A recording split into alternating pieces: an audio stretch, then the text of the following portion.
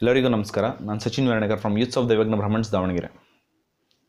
ನಿನ್ನೆ ಟಿ ವಿನಲ್ಲಿ ಕುಮಾರಸ್ವಾಮಿ ಅವರು ಮತ್ತು ಡಿ ಕೆ ಶಿವಕುಮಾರ್ ಅವರು ಮಂಡ್ಯದಲ್ಲಿ ಒಂದಿಷ್ಟು ಜನರನ್ನು ಸೇರಿಸಿ ಶಕ್ತಿ ಪ್ರದರ್ಶನವನ್ನು ತೋರಿಸಿದರು. ಸುಮಲತಾ ಅವರ ಬಣದಲ್ಲಿ ಭಯ ಹೆಚ್ಚಾಗಿದೆ, ನಡುಕ ಉಂಟಾಗಿದೆ ಅಂತೆಲ್ಲ ಮಾತಾಡ್ತಾಯಿದ್ರು. ಆದರೆ ನನ್ನ ಪ್ರಶ್ನೆ, ಈ ಶಕ್ತಿ ಪ್ರದರ್ಶನ ಅಂದರೆ ಏನು? ಒಂದಿಷ್ಟು ಜನರನ್ನು ಕರೆಸಿ 500,000 ದುಡ್ಡು ಕೊಟ್ಟು ಜೈಕಾರ ಹಾಕಿಸಿ ಭಾಷಣ ಮಾಡಿದರೆ ಅದು ಶಕ್ತಿ ಪ್ರದರ್ಶನನ? ರಾಜ್ಯದಲ್ಲಿ ಸಮ್ಮಿಶ್ರ ಸರ್ಕಾರ ಅಧಿಕಾರಕ್ಕೆ ಬಂದು 8 ತಿಂಗಳ ಮೇಲಾಯಿತು. ಇವತ್ತಿನವರೆಗೂ ಒಂದೇ ಒಂದು ಅಭಿವೃದ್ಧಿ ಕೆಲಸಗಳಾಗ್ತಾ ಇಲ್ಲ. ನಿಮ್ಮ ಶಕ್ತಿ ಪ್ರದರ್ಶನನ ರಾಜ್ಯದ ಅಭಿವೃದ್ಧಿಯ ಮುಖಾಂತರ ತೋರಿಸಿ. ಈ ರೀತಿ ಜನರನ್ನು ಸೇರಿಸಿ ತೋರಿಸೋದ್ರಿಂದ ರಾಜ್ಯಕ್ಕೂ ಏನು ಲಾಭ ಇಲ್ಲ, ನಿಮಗೂ ಏನು ಲಾಭ ಇಲ್ಲ. ಚುನಾವಣೆ ಮುಗಿದ ಮೇಲೆ ಎಲ್ರಿಗೂ ಗೊತ್ತಾಗೋದು. ನಿಮ್ಮ ಕಿತ್ತಾಟ ನೋಡಿನೇ ಸಾಕಾಗೋಗಿದೆ ನಮಗೆ. ಇಷ್ಟಕ್ಕೂ ಶಕ್ತಿ ಪ್ರದರ್ಶನ ಅಂದರೆ ಏನು? ಉರಿಯಲ್ಲಿ ಉಗ್ರರು ದಾಳಿಯಾದಾಗ ಅದಕ್ಕೆ ಪ್ರತ್ಯುತ್ತರವಾಗಿ ಪ್ರಧಾನಿ ನರೇಂದ್ರ ಮೋದಿಯವರು ಏನು ಸರ್ಜಿಕಲ್ ಸ್ಟ್ರೈಕ್ ನಡೆಸಿ 35ಕ್ಕೂ ಹೆಚ್ಚು ಜನ ಉಗ್ರರನ್ನು ಏನು ಸಾಯಿಸಿದ್ರಲ್ಲ, ಅದು ಶಕ್ತಿ ಪ್ರದರ್ಶನ.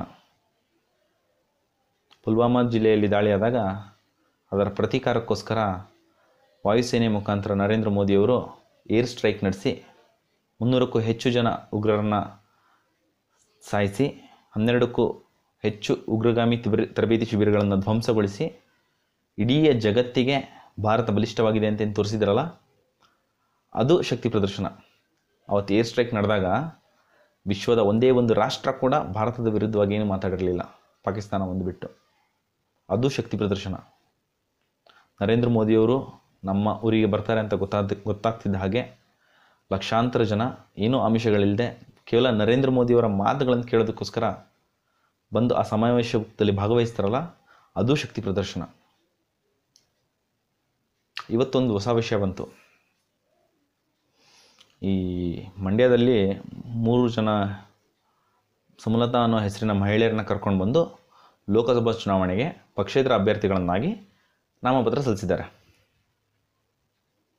ಏನಂದರೆ, ಒಂದು ಹೆಣ್ಣನ್ನು ಎದುರಿಸೋಕ್ಕಾಗದೆ ಈ ನಾಲಾಯಕ ನಾಯಕರು ಕುತಂತ್ರ ಬುದ್ಧಿಯಿಂದ ಇಷ್ಟು ಕೆಳಮಟ್ಟದ ರಾಜಕಾರಣ ಮಾಡ್ತಿದ್ದಾರೆ ಅಂತಂದರೆ ಇವರ ಶಕ್ತಿ ರಾಜ್ಯದ ಜನತೆಗೆ ಖಂಡಿತ ಪ್ರದರ್ಶನ ಆಗ್ತಾಯಿದೆ.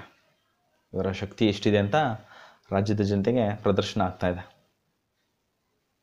ಸುಮಲತಾ ಅಂಬರೀಷ್ ಮೇಡಮ್, ಈ ನಾಲಾಯಕ ನಾಯಕರ ವಿರುದ್ಧ ನೀವು ಆಲ್ರೆಡಿ ಜಯ ಗಳಿಸಿದ್ದೀರಾ. ನೀವು ರೆಬಲ್ ಲೇಡಿ ಅಂತ ಆಲ್ರೆಡಿ ಪ್ರೂವ್ ಮಾಡಿದ್ದೀರಾ. I salute you, I respect.